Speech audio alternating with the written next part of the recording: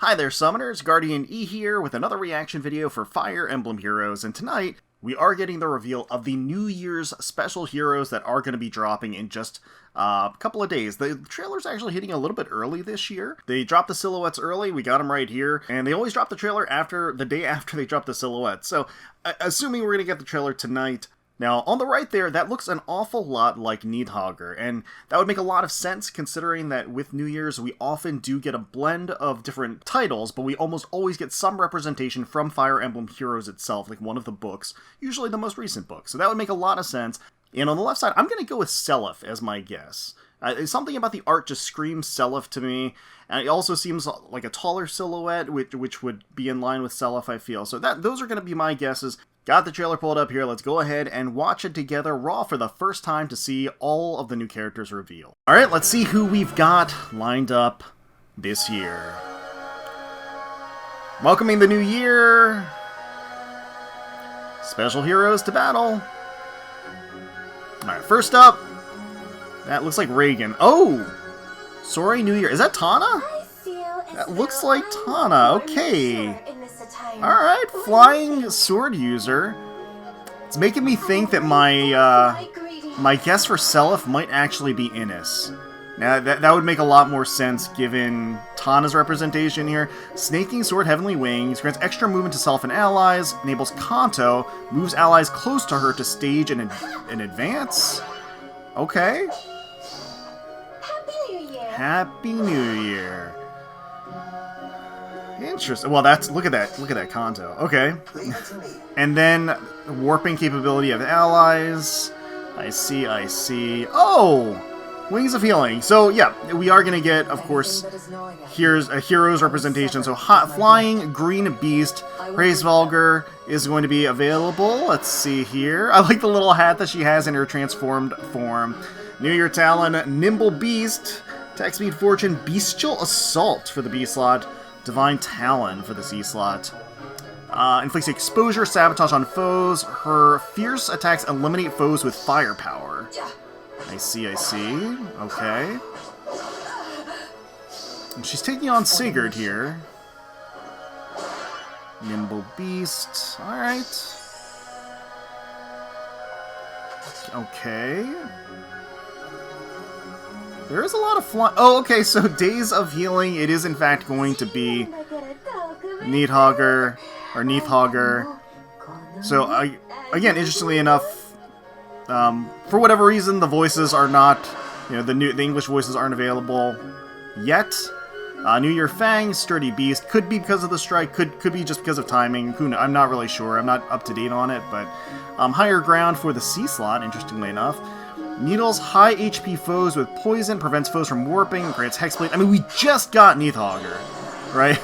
We just got Nidhoggr, like, not that long ago, so we're already getting the New Year's version of her here. So she is going to be... Is that colorless? Alright. I do like the little, like, ornaments in her hair in the transformed form. It is quite nice. Okay.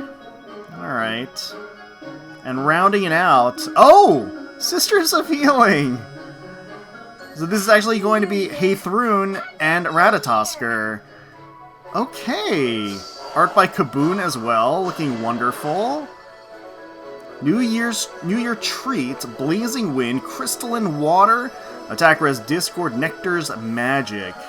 Oh boy. Okay. Let's see. Thanks to Divine Nectar, increased stats for unit and allies. Obstruct foes' special activations from afar. Huh. Obstruct foes' special activations from afar. I wonder if that's going to be like... I wonder if that's supposed to be like an Emblem Win counter. I don't know. We'll see. We'll see soon enough. We'll take a closer look. Alright. Which means that the male character, or presumably male character that was one of the silhouettes, is going to be the free unit. Alright. So, colorless tome unit. There we go with the healing. I do like the box of treats. I mean, that's a pretty cute attacking animation. Okay. Duo skill, grant special cooldown count -1 to unit and allies within 3 rows and 3 columns. That's a huge area. I mean, that's never going to not be valuable to have. So, yeah. That's certainly nice. Doesn't have any restrictions or anything, at least in terms of titles or anything like that. So, certainly valuable to have. And then that crazy Divine Vein, too, all over the place. So, Paralog Story, greetings to you. There we are. And we'll just take a quick look here. Yeah, that is definitely Anus. Okay. Alright, so I was wrong. It's not Sacred. It is going to be Anus, who is going to be the free unit of the batch. And this banner, greetings to you. The New Year's banner for 2025 is going to be hitting on New Year's, right? Obviously. Going for the entire month. Looks like Tana is actually going to be the 4-star focus unit of the banner, interestingly enough, which is bucking the trend a little bit because she was the first unit that was revealed in this trailer. And then I can't remember if last year they did the whole like dual special hero banner. I mean, I guess I remember people having kind of mixed impressions of that on whether or not they liked it or not. I mean, from a probability and math perspective, it actually was good, but I think people disliked getting like other focus heroes on the banner, I think. So I think maybe they just did away with it. I honestly can't remember if last year they had it or not. I just kind of remember that as being a thing in general. But yeah, looks like it's definitely not happening this year anyway. So special heroes, greetings to you. Tana's going to be a 4-star unit, and Innis is going to be free, which of course rounds out the rest of the units as being obviously Book 8 characters in their New Year's kimonos and various attires. That's pretty nice. So to be perfectly honest, I literally don't have enough time to go through all of the kits tonight. I wasn't anticipating us getting a new trailer tonight, and unfortunately I just don't have the ability to do so. So what's interesting is that Tana is a 4-star special unit of the banner, and despite that, it's weird that she's first up in the banner itself, and she has her own unique weapon. She has her own unique B-slot skill, which seems really, really good.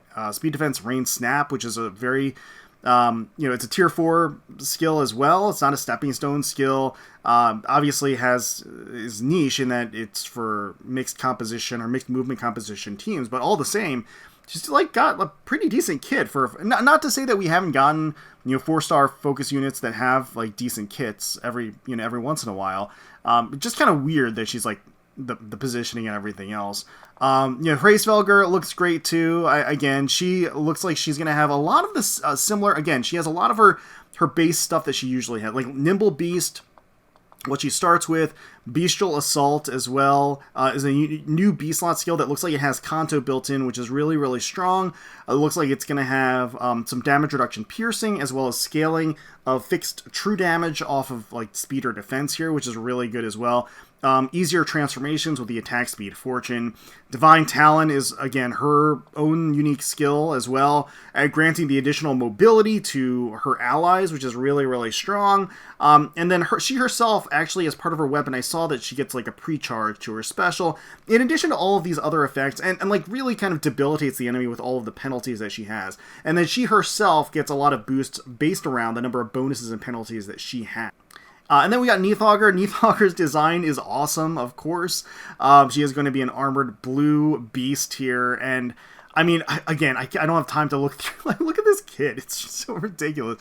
But Sturdy Beast, Divine Toxin. So Higher Ground is the new C-slot skill that she has. Slick Fighter as well. So she is going to be so she's blue. She's a blue beast, where her original incarnation is a red beast. So I mean, they're going to work in Tana. I'm assuming she's going to be a ridiculous tank.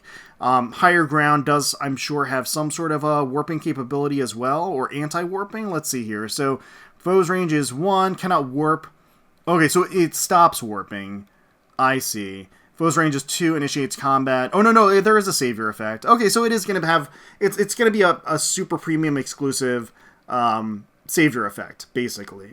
So it does look like this may end up being the de facto replacement for ranged savior skills that are inheritable for the C-slot. Anti-warping, in addition to just having the savior capability, is going to be quite strong and quite powerful in the current against the current threats that are in the game. I mean, Personally, I've never been a big fan of the savior skills. I don't care for them. I don't really care for an upgrade to them. But that's just my armor bias coming through, or my armor anti-bias coming through, I guess. Now, probably most interesting on the banner, Heidrun and Ratatoskr. I just love the pairing. I think they work great together, being support and healing. I think it just marvelously meshes together, and they look really, really cute in their outfits too. I think it works really nicely. So infantry, colorless tome, presumably super, super tanky, providing great support, healing, probably very, very powerful and tanky defensively. And then you've got attack res Discord as well. You've got Crystalline Water, and then Nectar's Magic for the C slot, which I'm sure is going to have some, as combat begins, healing built into it. The fact that they do have an AoE special, Blazing Wind, and that is going to work very well with Nectar's Magic, that has a special pre-charge for AoE specials before combat. So it actually has the ability to give you a pre-charge before the AoE special would proc if you're using an AoE special. If you're not using an AoE special, you would just get a regular pre-charge effect as well, in addition to a stat boost. So, you know, pick your poison for the enemy, I guess, because in either cases you win. And also, as part of their duo skill, just bestowing a grant special cooldown count -1 to unit and allies within 3 rows and 3 columns. Huge area of the map. Just give everybody a special charge is enormous, including themselves. So even if they just wanted to give themselves a special charge, they could do so. That in and of itself, very, very strong, always going to be valuable to have. And then applying Divine Vein Green on spaces within 3 rows and 3 columns, centered on unit for 2 turns, also very, very strong, mitigating warping capability on the enemy, as well as limiting their ability to gain a special charge. Both things are very, very powerful, just especially given the pure range of the entire effect that you see, right? For 2 turns, even just actually, I mean, so obviously there are the effects that it has, right, that I just listed, but additionally, you're eliminating or removing the Divine Vein of the enemy as well. So being able to effectively remove the Divine Vein of the enemy at will, just by doing a special or duo activation, is actually really strong. That's actually like just a valuable ability to have, because it's just so huge. You know, you can position them however you need to in order to use their duo skill to strategically just eliminate the enemy's Divine Veins, if that's part of their strategy as well. So I just want to, you know, highlight that value of them as a unit. But yeah, so again, I can't talk at length, but greetings to you starting on New Year's. I think it is going to be a powerful banner as a whole.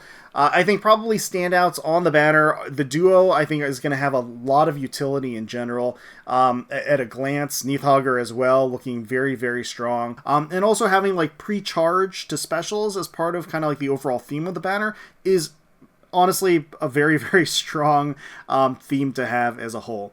For me personally, I would love to have the duo. The Kaboon art really obviously speaks to me. I think they always do a fantastic job, and I love the characters, and I love how cheery they are too. Nidhoggr looks awesome too. I would really like her too. Tana I'm a big fan of.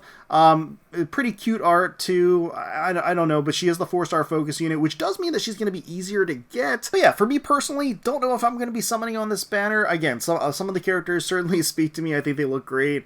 But at the same time, I might just wait for a double special hero banner in the future that features them as well. But let me know down below if you guessed the silhouettes, and if you're excited for this banner, excited for the kits, excited for the skills, what you're looking forward to the most, and if you are going to summon, who your targets are going to be. Best of luck to you. Hopefully you have some New Year's luck on your side. Thank you all so much for watching. Really, really do appreciate it. Hopefully you all enjoyed the video. If you did, please feel free to leave a like, comment down below, and subscribe to the channel for more Fire Emblem Heroes content. And until next time, let's protect those skies.